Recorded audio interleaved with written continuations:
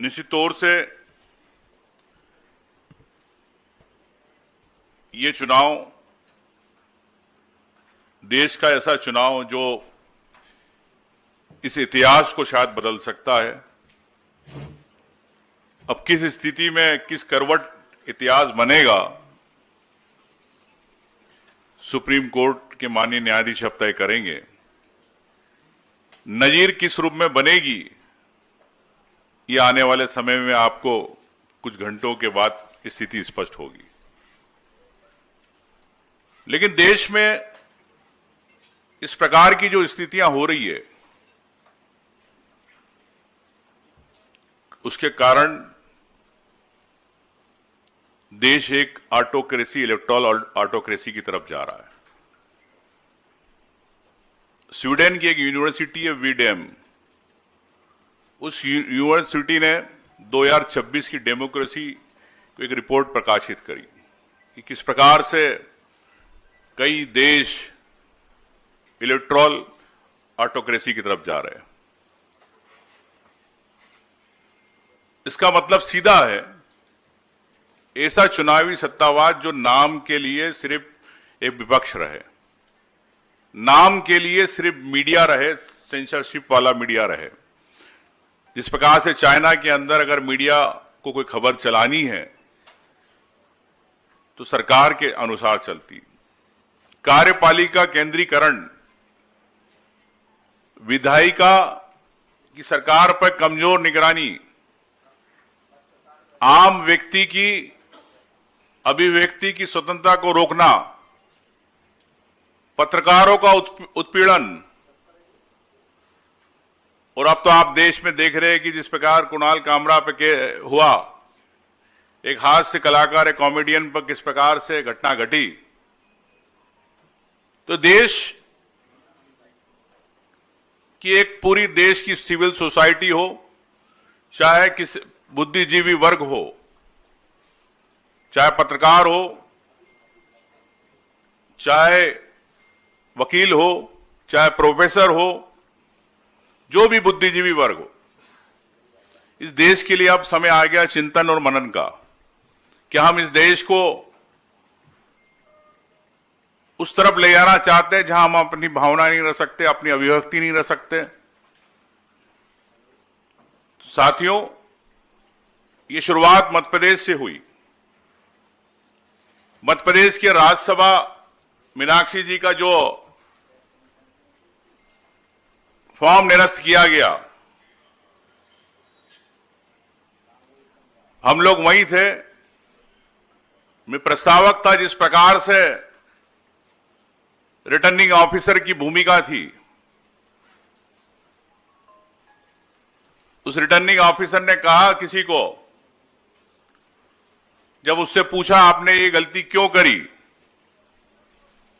तो उस returning officer का उस हमारे साथी विधायक को जवाब था कि मुझे नौकरी करना है। अब सरकार तो इनकी रहेगी, भले मुझे मालूम है मैंने गलती करी है, लेकिन मुझे नौकरी करनी है और इनके साथ रहना है। तो ये उस रिटर्निंग ऑफिसर भी मानता है कि मैंने दबाव के अंदर गलती करी।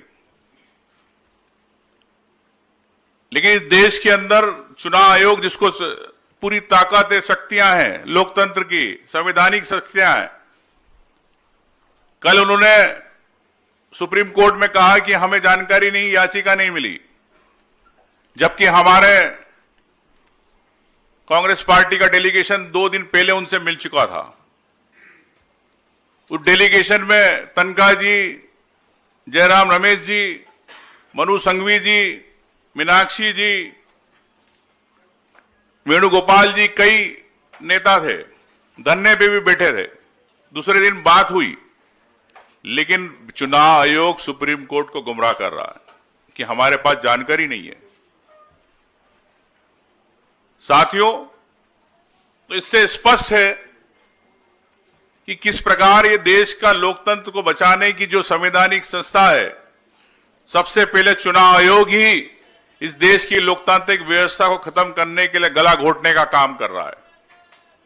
और अगर इस देश के अंदर अगर चुनाव आयोग ही अगर इस लोकतंत्र की आत्मा का गला घोटेगा तो देश के अंदर फिर हर व्यक्ति कैसे चुनाव जीतेगा।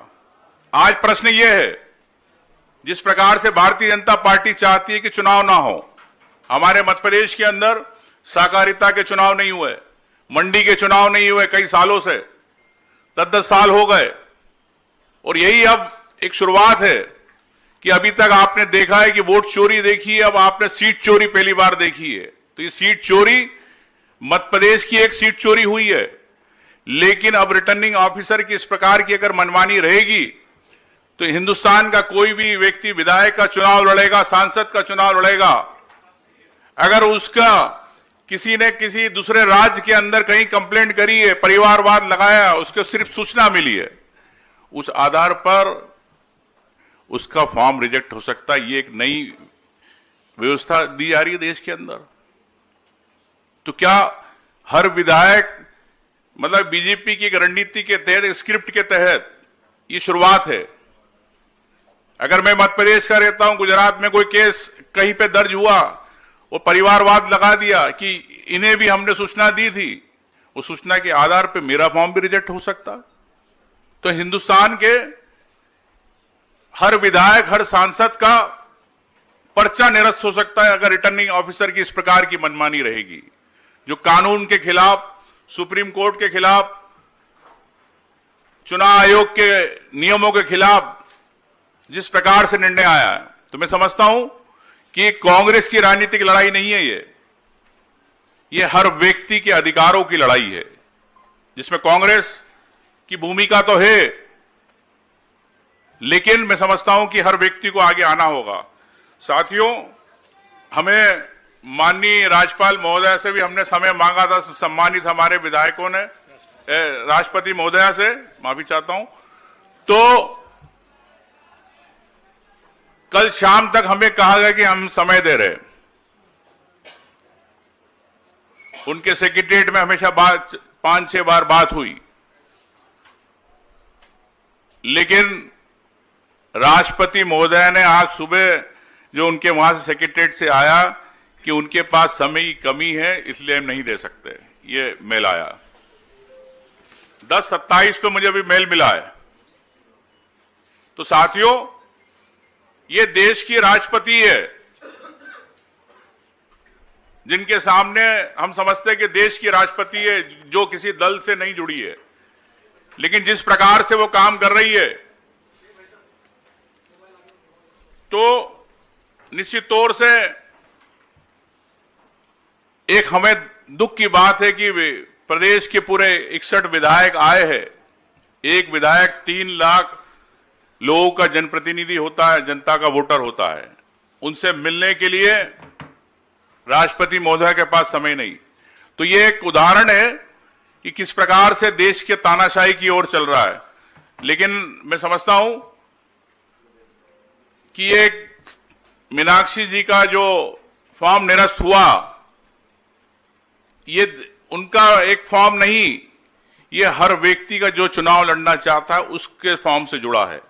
कल से आने वाले में क्या स्थिति होने वाली है, किस प्रकार से रशिया और चाइना के रूप में एक नाम की डेमोक्रेसी के लिए देश बढ़ रहा है। मैं समझता हूं कि साथियों, हम सबको इस लोकतंत्र को बचाने की आहुति में सबको सहयोग करना चाहिए। इसीलिए हम माननीय सब विधायक सभी आज राष्ट्रपति महोदय से गुहार के लिए आए थे, लेकिन उनको देश की शायद चिंता नहीं है, देश के लोकतंत्र की चिंता नहीं है। यही मैं कहना चाहता हूं। धन्यवाद।